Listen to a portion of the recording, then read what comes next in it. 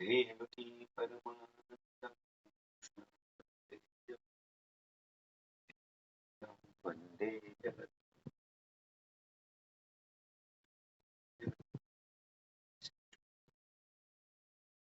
काल आपण 13व्या अध्यायाला आपण प्रस्तावना घेतली जेणेकरून विषय थोडासा सोपा जावा. आणि पहिला श्लोक आपला झालेला ज्यात भगवान उवाच इदं शरीरं कौन्तेय क्षेत्रमिदीयते एतद्यो वेत्ति तं प्राहुः क्षेत्रज्ञ इति तद्विदः. म्हणजे हे म्हणून आपण जे जे निर्देश करतो, जे आपल्याला दिसतंय, भासतंय, अनुभव येतोय, ते सगळं क्षेत्र आहे. आणि जे ज्याला याचं ज्ञान होतंय किंवा या क्षेत्राला जो जाणतो तो क्षेत्रज्ञ हे भगवान सांगतात. आता दुसरा श्लोक. क्षेत्रज्ञै चापि मां विद्धि सर्वक्षेत्रेषु भारत क्षेत्रक्षेत्रज्ञयोर्ज्ञानं यत्तज्ज्ञानं मतं मम.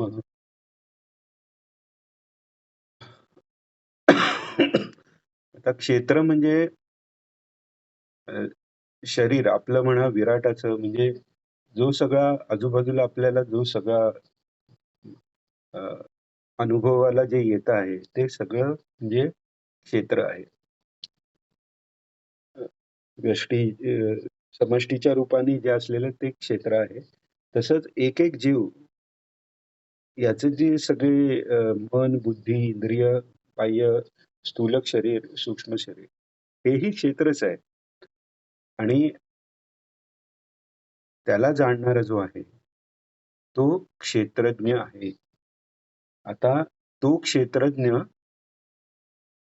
क्षेत्रज्ञं च अपि मां विद्धि, म्हणजे तो मीच आहे हे जाण. म्हणजे आत्मा आपण म्हणतो, माझा आत्मा किंवा जो शुद्ध मी आहे तो परब्रह्म साक्षात भगवान विष्णूच आहे, कूटस्थ ज्याला म्हणतात ते.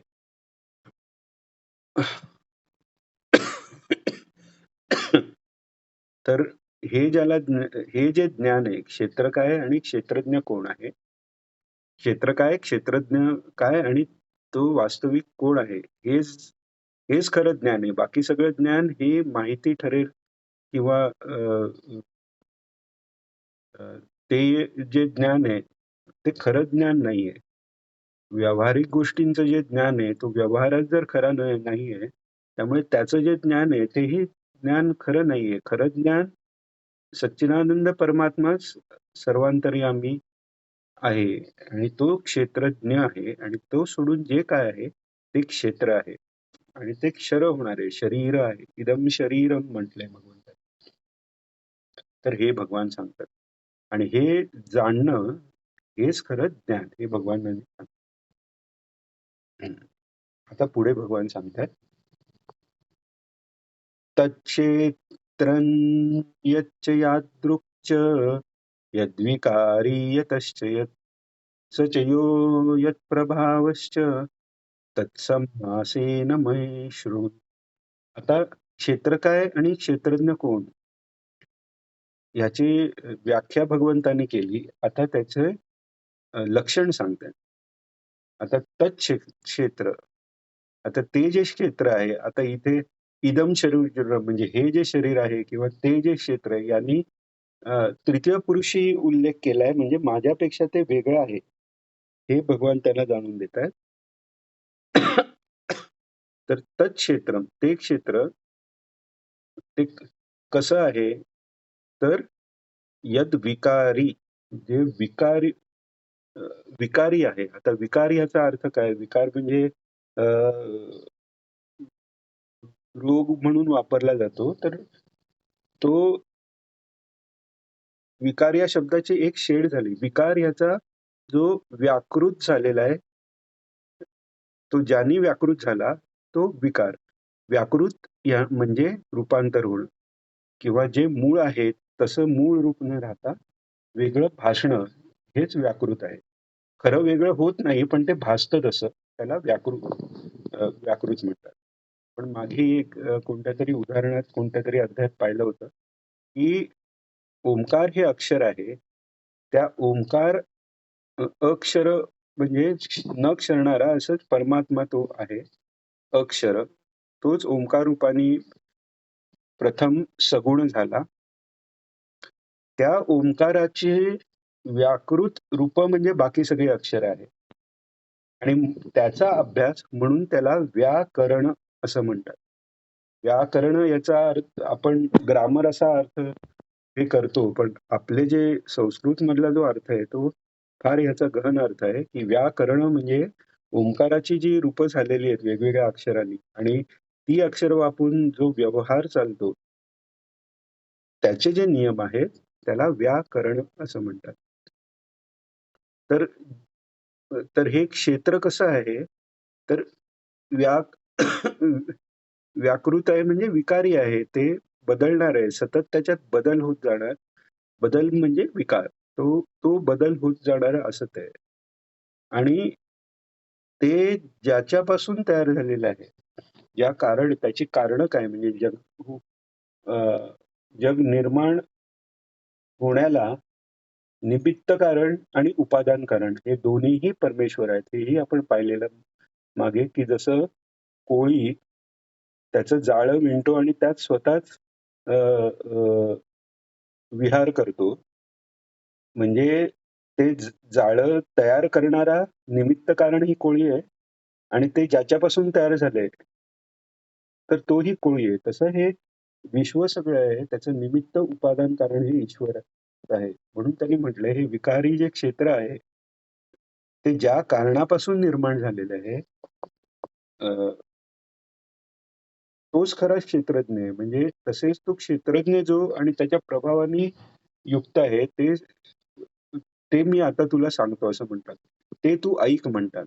तत् समासेन मे शृणु. त्या सचयो यत प्रभावश्च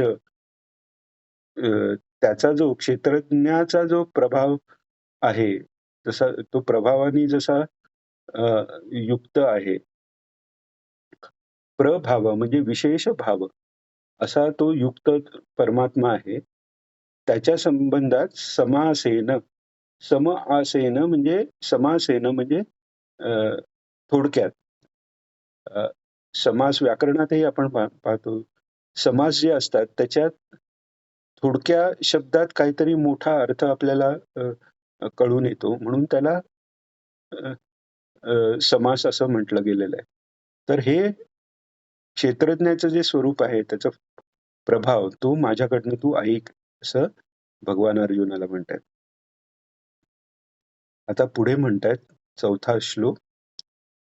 ऋषिभिर्बहुधा गीतैः छन्दोभिर्विविधैः पृथक् ब्रह्मसूत्रपदैश्चैव हेतुमद्भिर्विनिश्चितैः.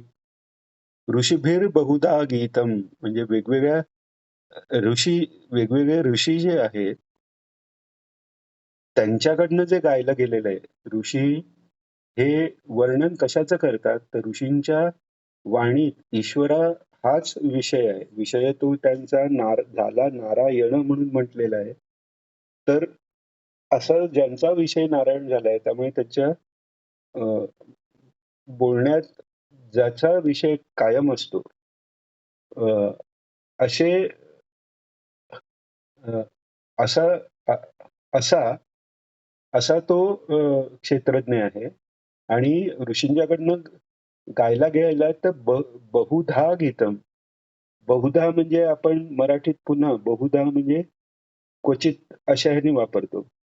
पण एकदा म्हणजे एकदा तसं बहुधा म्हणजे वारंवार. तर इथे बहुधा याचा अर्थ वारंवार ऋषींकडनं वारंवार ज्याचं गायन केलं झालेलं आहे असा छंदोभिर विविध पृथक. तसंच वेद छंद म्हणजे वेद. मागे आपण छंद हा शब्द कसा आला हेही पाहिलेलं 15व्या अध्यायात पण येणार आहे की अ, छंद ह्या त्या ऊर्ध्वमूलम अधशाखा अश्वत्थ प्राहुरव्ययम त्या विश्वरूपी जो अश्वत्थ आहे त्याचे छंद या शाखा आहेत. छंद म्हणजे वेद. आता छंद याचा अर्थ झाकणे. मागेही याचा अर्थ आपण पाहिलेला की अ, परमात्म्याचं ज्ञान ज्या शब्दात लपवून ठेवलेलं आहे त्याला म्हणतात छंद म्हणजे वेद. आता आपण म्हणू वेदांनी तर परमात्म्याचं ज्ञान प्रकट केलंय, मग त्याला लपवून ठेवलं असं का म्हणतात? तर वेद हे काही अ, अ, लिखित असं नाही. वेद म्हणजे खरं वेद हे ज्ञान आहे. वेद म्हणजे जाणणं. तर ज्ञान आहे. त्यामुळे हे जे वेद परंपरेने आले ऋचांचे आणि ह्याच्या, त्यात ते ज्ञान शाखाचंद्र न्यायाने दाखवलेलं आहे. मागे ते हेही आपण पाहिलं शाखाचंद्र न्याय म्हणजे चंद्र कुठे आहे असं आकाशात तो दाखवायला, अरे ते झाड बघ, त्या झाडाची ती उजवीकडची फांदी आहे, त्याच्या मागे चंद्र आहे. म्हणजे चंद्र सरळ दाखवता येत नाही, म्हणून निर्देश करून त्याच्या जवळ आणून सोडतात वेद ईश्वराच्या. आणि मग तिथे लक्ष गेलं, त्या फांदीकडे लक्ष गेलं की मग त्या चंद्राकडे जसं लक्ष जातं तसं वेदांच्या शब्दांचा योग्य अर्थ कळून ईश्वराच्या अनुभवापर्यंत म्हणजे खऱ्या ज्ञानापर्यंत माणूस पोचतो. म्हणजे आपण आता याचंही एक उदाहरण घेतलेलं की दोन झाकणं ठेवलेले, त्या एका झाकणाच्या आत माती आहे आणि दुसऱ्या हातात झाकणाच्या आत सुवर्ण आहे, सोनं आहे. तर जे झाकणाच्या आत सुवर्ण आहे त्या झाकणाच्या द्वारेच सुवर्ण मिळू शकतो. म्हणजे जरी सुवर्ण त्यांनी लपवून ठेवलं असलं तरी माती ज्यांनी लपवून ठेवले ते झाकण उचलून काही सुवर्ण मिळणार नाही. सुवर्ण ज्यांनी लपवून ठेवलंय, ज्यात लपून आहे याचा अर्थ गूढ अर्थाने त्यात दडलेला आहे. म्हणून ईश्वर तत्व ज्यात गूढ अर्थाने दडलेलं आहे त्याचीच उकल करून ईश्वर मिळणार, म्हणून वेदांना छंद असं म्हणतात. तर अर्थात ऋषींनी जे बहुधा गायलेलं आहे, आणि वेद हे पौरुषेय आहे, ते ज्ञान आहेच आणि त्याचे द्रष्टे ऋषी आहेत आणि त्यामुळे त्यांनी ते ज्ञान गायलेलं आहे. म्हणून ऋषीभी बहुधा गीतम छंदोभी विविध पृथक. वेगवेगळ्या प्रकारे 4 वेद आहेत. उपनिषद, दशोपनिषद आहेत मुख्य. 108 उपनिषद म्हणतात, पण मुख्य 10 आहेत. तर त्यात वेगवेगळ्या गोष्टींच्या द्वाराने वेगवेगळ्या प्रकारे तत्व समोर ठेवून शेवटी तेच एक तत्व सांगितलेलं आहे. आणि हेच ब्रह्मसूत्रपदैश्चैव म्हणजे ब्रह्मसूत्र म्हणजे व्यासांनी परब्रह्माचं, सच्चिदानंद रूपाचं अहम ब्रह्मास्मी किंवा तत्वमसी या ब्रह्मवाक्यांचा अर्थ कळण्यासाठी ब्रह्मसूत्र लिहिली. ब्रह्मसूत्र याचा अर्थ छोट्याशा सूत्रात, सूत्र म्हणजे इंग्लिशमध्ये आपण म्हणतो फॉर्म्युला, पण त्याच्यापेक्षा कोड हा शब्द जास्त बरोबर आहे, की छोट्याशा एका शब्दात किंवा 2-3 शब्दाच्या सूत्रात फार मोठा अर्थ लपलेला असतो. अशा पद्धतीने महर्षी व्यासांनी ब्रह्मसूत्र दिलेले आहेत. आणि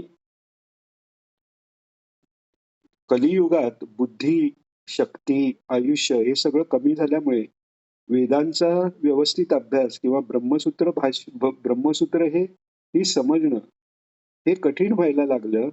त्यामुळे भगवान शंकरांनी, दक्षिणामूर्ती त्यांना म्हणतात, त्यांनी दया येऊन अवतार घेतलेला आहे आदिशंकराचार्यांचा, आणि त्या ब्रह्मसूत्रावर भाष्य लिहिलेलं. ब्रह्मसूत्रावर भाष्य लिहिलं, गीतेवर भाष्य लिहिलं. उपनिषद, गीता आणि ब्रह्मसूत्र यालाच प्रस्थानत्रयी म्हणतात. म्हणजे या तिनांचा अभ्यास प्रस्थान म्हणजे अ, जे अंतिम आपलं विशेष असं स्थान तिथे जाणं, त्याच्यासाठी आवश्यक असा हा सोपान आहे. तर ते जे ब्रह्मसूत्र आहे, त्या पदांनीही त्या क्षेत्रज्ञाचाच अ, निर्देश झालेला आहे हे भगवान सांगतात. हं. आणि ऋषीभिः बहुधा गीतम किंवा ब्रह्मसूत्र पदश्चैव छंदोभिर्विविधे पृथक् या सगळ्यातून गायलं गेलेलं, ऋषींनी गायलेलं गेलेलं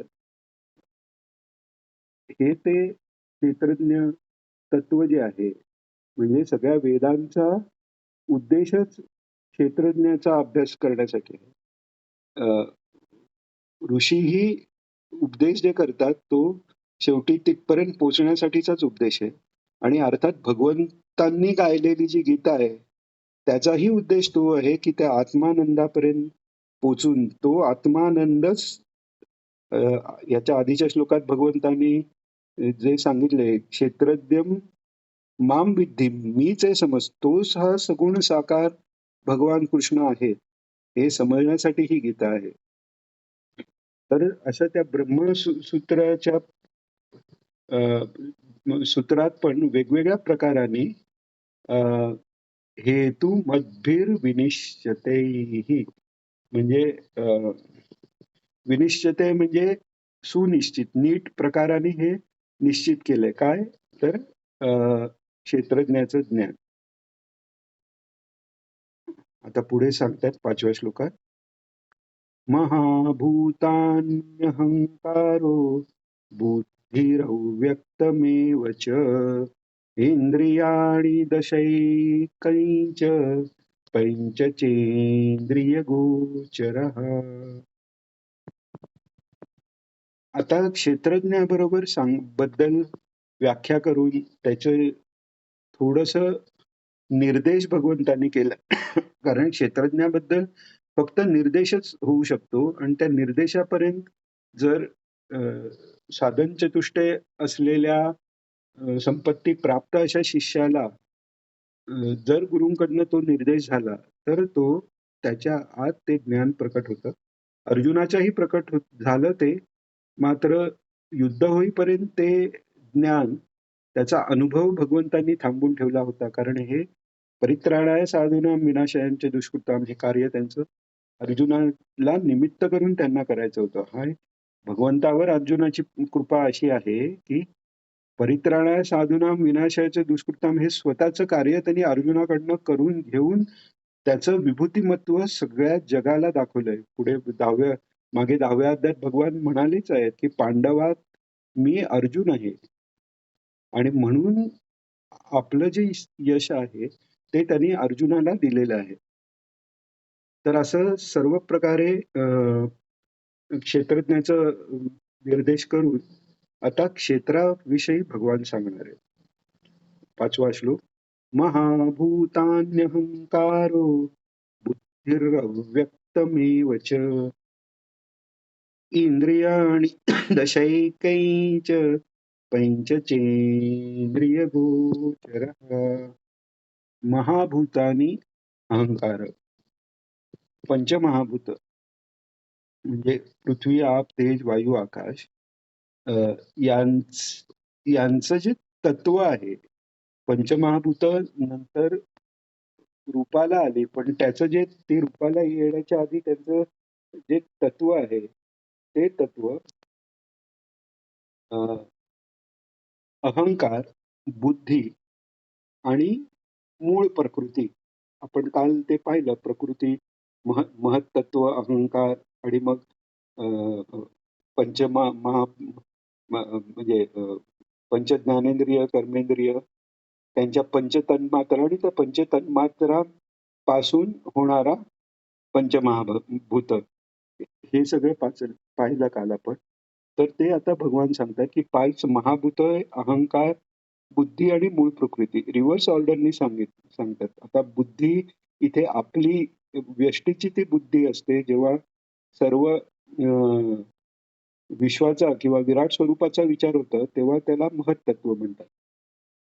तर हे जे सगळं 5 महाभूते, अहंकार, बुद्धी आणि मूळ प्रकृती, त्याच्यानंतर दश इंद्रिय, 5 कर्मेंद्रिय, 5 ज्ञानेंद्रिय आणि मन आणि 5 तन्मात्रा. तन्मात्रा म्हणजे या 5 इंद्रियांचे जे 5 विषय आहेत. इंद्रिय गोचर म्हणजे इंद्रियांद्वारे इंद्रियांना गो म्हणून गोही म्हटलेलं आहे. गोचर म्हणजे अ, अ, ती इंद्रिय ज्याच्यात विहार करतात म्हणजे त्यांचे विषय या पंचतन्मात्रा आहेत, हे भगवान सांगतात. आता पुढे 6व्या श्लोकात सांगतात म्हणजे ह्या सगळ्या पहिल्यांदा 5व्या शतकात ह्या सगळ्या ज्या गोष्टी आहेत ह्यांनी सगळा हा खेळ चाललेला आहे. आपण जसं म्हणतो ना, एखाद्या चित्रकारांनी चित्र काढलं तर 12 रंगाचं त्याच्याकडे रंगाची पेटी आहे. तर त्या 12 रंगाचा वेगवेगळ्या प्रकारे उपयोग करून तो वेगवेगळ्या प्रकारची चित्र त्याच्यात काढतो. रंग हे नुसते काय म्हणतात त्याला, सरळ असे अ, अ, एकाच आकाराचे पण वेगळ्या रंगाचे असे ते तुकडे आहेत. पण त्याच्यापासून चित्र जे होतं, त्या चित्रांनी त्या एवढ्याशा रंगाच्या तुकड्यापासून आकाश दाखवलं जातं. जमीन, अ, अ, सूर्य, चंद्र हे सगळं त्या चित्रात दाखवू शकतो. तसंच हे जे वर सांगितलेल्या गोष्टी आहेत, त्याचाच सगळा खेळ करून हे विश्व भासतंय. विश्व निर्माण झालंय म्हणजे त्याचा भास निर्माण झालाय. म्हणजेच हे क्षेत्र निर्माण झालंय. म्हणजे ह्या क्षेत्राचं जे काही दिसतंय किंवा ते ह्या सगळ्या कारणांनी निर्माण झालंय. आता कारण आपण जेव्हा म्हणतो तेव्हा सृष्टीचं कारण ही पंचमहाभूत आहेत. पंचमहाभूताचं कारण महत्तत्व असेल तर त्या महत्तत्वाचंही कारण आहे परमात्मा स्वरूप. प्रकृतीचं कारण परमात्मा. कारण म्हणजे ज्याच्यापासून ते निर्माण झालं. म्हणजे एका गोष्टीचं कारण जे आहे त्याचं कारण अजून वरची एक गोष्ट असं होत जातं.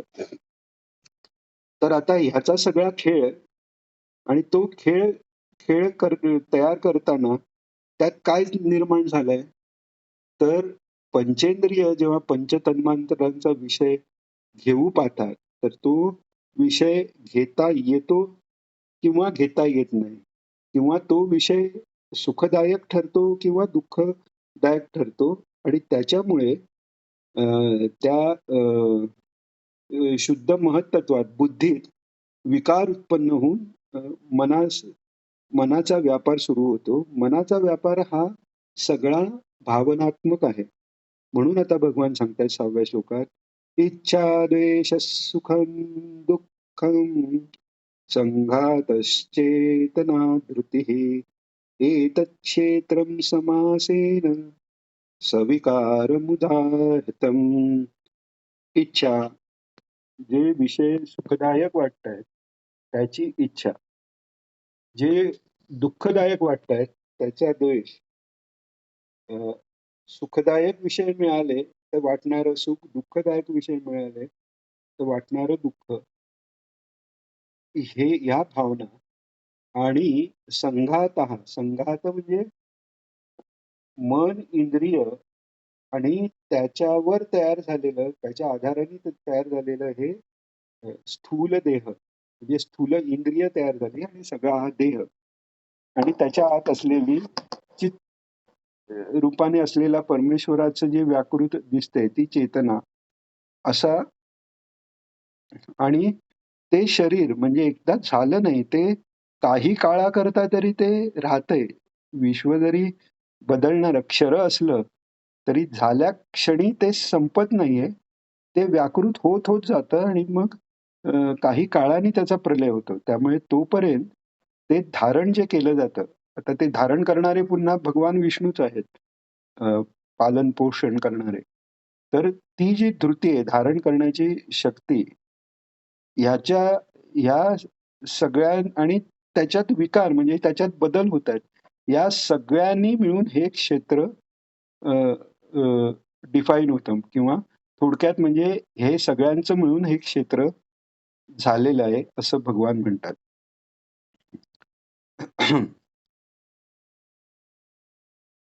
आता पुढे सांगतायत आता भगवंतानी क्षेत्रज्ञाचा निर्देश केला, क्षेत्राची लक्षण सांगितली. मग आता क्षेत्रापेक्षा क्षेत्रज्ञ वेगळा आहे, तर त्यातच अंतःकरण टिकण्यासाठी कोणते गुण आवश्यक आहेत, हे आता भगवान सांगतायत. अमानित्वम् अदम्भित्वम् अहिंसा क्षान्तिरार्जवम् आचार्योपासनं शौचं धैर्यमात्मविनिग्रहम्. ही जी लक्षणं आहेत ती क्षेत्रज्ञ विवेकाचा अभ्यास करणाऱ्यासाठी म्हणजे सगळ्या साधकांसाठी ही मिळवणं ही साधनं आहेत आणि जो ज्ञानी आहे त्याची ही सहज लक्षणं आहेत. तर ही काय सहज लक्षणं आहेत? तर अमानित्व, मी म्हणजे काहीतरी मोठा, हे तिथे नाहीये. कारण मी ही भावना त्यांची संकुचित राहिलीच नाहीये. मी मोठा दुसरा छोटा हा विचार होण्यासाठी दुसरा कोणीतरी लागतो ना. इथे आता त्यांना माहितीये सर्व क्षेत्रात व्यष्टीरूपी वेगवेगळी क्षेत्र दिसणारी असो की त्या सगळ्या वेगवेगळ्या क्षेत्र आणि आजूबाजूचा जगाचा पसारा घेऊन झालेलं समष्टी रूप असो, त्याचा जो क्षेत्रज्ञ तो एकच परमात्मा आहे. ही ज्याला ह्याचा ज्याला अनुभव आला तो साहजिकच अमानी आहे. अमानित्व हे त्याला प्राप्त झालेलं आहे. आणि अदंभित्व, दाखवून काही करायचं. आपण पाहतो काही देवळात म्हणा किंवा काही पाटी लागलेली असते, अमुक अमुक यांनी 35,000 रुपये दिले. हा दंभ झाला, रजगुणात्मक हे झालं. सत्वानी जे मिळतं त्याच्यासाठी याचा उपयोग होणार नाही. हे पुण्य झालं, पण त्या पुण्याचं रजोगुणी फळच मिळणार, म्हणजे नाशवंत फळ काही सुख मिळू शकेल. आणि हा दंभ आहे. आपलंच पुण्य सांगणं हा दंभ आहे. आता आपलंच पुण्य सांगणं हे का वाटतं माणसाला, की लोकांनी आपल्याला मानावं, मला लोकी मानावा, मला लोकी पूजावा, ही जी ज्याच्या मनात भावना नाही. कारण लोक पुन्हा तोच आहे. लोक वेगळे नाही, मी इतरांपेक्षा वर आहे हे मला कोणाला दाखवून द्यायचंच नाहीये. कारण कोण दुसरं वेगळं इथे नाहीच आहे. त्यामुळे दंभ नाही, तिथे अदंभित्व आहे. अहिंसा, सर्वत्र परमात्मा असल्यामुळे तो महात्मा हिंसा कोणाची त्याच्याकडनं होणंच शक्य नाही. आणि शांती, आपण मागेही शांती शब्दाचा अर्थ केलाय. नुसती शांती म्हणजे शांत वृत्ती, तिथे विकारांची चलबिचलता, त्रिगुणांच्या विकारांनी मनाचं दोलायमान होणं नाही. ते शांत झालेलं आहे. मन शांत झालं की ते बुद्धी अवस्थेला स्थितधीर मुनी उच्चते, तसा तो स्थितधी झालेला आहे महात्मा. आणि स्थितप्रज्ञ झाल्यामुळे तो भगवंताच्या ठिकाणी तो त्याचं चित्त लागलेलं आहे. मग ये व मन आदस्व असा तो झालेला आहे. त्यामुळे कायम त्याच्या मनात आनंद आहे. तर ही शांती झाली. क्षमा म्हणजे कोणी आपलं काही वाईट केलं तर त्याचा प्रतिकार न करणं, ही ही तितिक्षा आहे, ही सहनशक्ती आहे. पण वाईट केलं ही बुद्धीही नाही, ही तितिक्षा आहे. आणि त्यामुळे कोणी चुकलं आणि आता मी त्याला क्षमा करतो, तर ती क्षमा झाली. पण शांती म्हणजे चूक बरोबर हा भावही तिथे गेलेला आहे. दुसरा चुकलेला आहे हे मनातच नाही. त्यामुळे आपण म्हणतो ना, एखाद्याला क्षमा केली का आपण पूर्वीचं विसरून जायला पाहिजे. पण ह्यांच्या ते मनातच आलेलं नाही, त्यामुळे विसरायचाही संबंध नाही. याला म्हणतात शांती. आर्जवम, आर्जव म्हणजे रुजूवृत्ती, सरळ आणि एकदम बालकासारखी सरळ वृत्ती. पडदा नाही, कोणाला काही असं केल्यावर मी तसं बोलल्यावर तसं प्राप्त होईल किंवा ह्याला मी असं बोलीन, हा व्यवहार तसा नाही. छोट्या बालकासारखा सरळपणा त्यात आहे, रुजुता ज्याला म्हणतात. आणि गोडवा आहे वागण्यात. आणि अजून काय आहे तर आचार्योपासनम, ज्ञानाचं लक्षण हे आचार्योपासना करायचं. आता खरं तर ज्ञान झाल्यावर आचार्य वेगळे मी वेगळा हा भाव राहत नाही. पण हीच इथे खरी खूबी आहे की ज्याला खरं ज्ञान झालेलं आहे तो आचार्यांची उपासना म्हणजे गुरु उपासना ही तो सतत करत जातो. ज्ञान प्राप्त होण्यासाठी होण्याआधी ते साधन आहे आणि नंतर कृतज्ञता दोष निवृत्ती म्हणून आचार्य उपासना करायला सांगितलेली आहे. पण ती करायला सांगितली म्हणून करत नाहीये. त्या आचार्यांच्या त्या द्वारानी आपल्याला आत्मानंदाची प्राप्ती झाली, तेव्हा ते आचार्यांचं शरीरही सच्चिदानंद आहे ही त्यांची दृढ भावना आहे. त्यामुळे तिथे प्रेम आहे आणि त्यांची उपासना त्यांची कायम चालू आहे. शौच, शुचिता, मन, शरीर यांची शुचिता त्यांची असतं. स्थैर्य, चित्त स्थिर आहे त्यांचं. चित्ताला स्थैर्य आणणं हाच अभ्यास आहे. अभ्यासेन तु कौंतेय वैराग्येण च गुह्यते, हे 6व्या अध्यायात सांगितलंय. त्याचा अर्थ तो अभ्यास म्हणजे जो काही योगाभ्यास आहे तो चित्तस्थैर्य काय करताय. आसन, प्राणायाम यांनी प्राण स्थिर झाले की मन स्थिर होतं आणि मन स्थिर झालं की ते आत्मानंदात ईश्वराच्या ठिकाणी लागलं की तोच योग आहे. तर तसं त्यांचं अंतःकरण हे चित्त हे स्थिर झालेलं आहे परमेश्वराच्या ठिकाणी. आणि आत्मविनिग्रह म्हणजे आत्मा